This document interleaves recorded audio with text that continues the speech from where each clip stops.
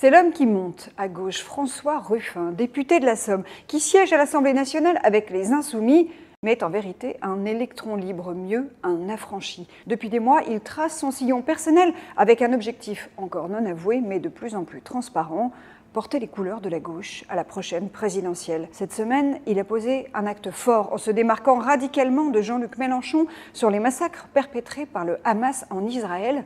Une abomination qu'il convient de condamner sans pudeur de gazelle, c'est ce qu'il disait cette semaine dans Le Monde, sauvant l'honneur de la France insoumise. Parfois, le souffle de l'histoire passe, il faut savoir être au rendez-vous. Or, en refusant de qualifier de terroristes les attaques du Hamas, Jean-Luc Mélenchon et les siens, qui font toujours planer l'hypothèse d'une 4e candidature présidentielle en 2027, se sont disqualifiés politiquement. Sur sa route vers l'Élysée, François Ruffin compte quelques atouts.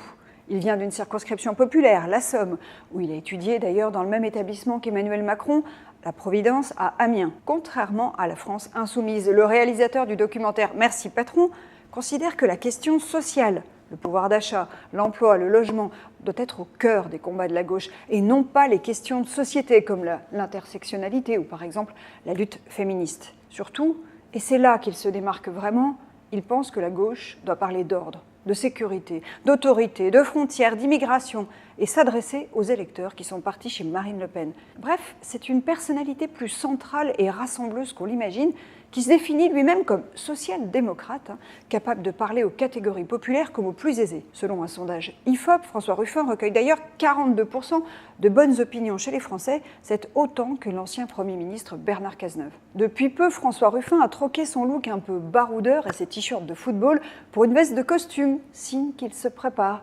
Et puis, il a un dernier atout qui pèse lourd en politique. Une image de sincérité. En prenant la parole dans ses vidéos postées depuis sa cuisine. Je croyais que j'allais répondre au téléphone aussi. Voilà. Ou à la tribune de l'Assemblée pour défendre les travailleurs de l'ombre, les nounous, les femmes de ménage, les personnes handicapées.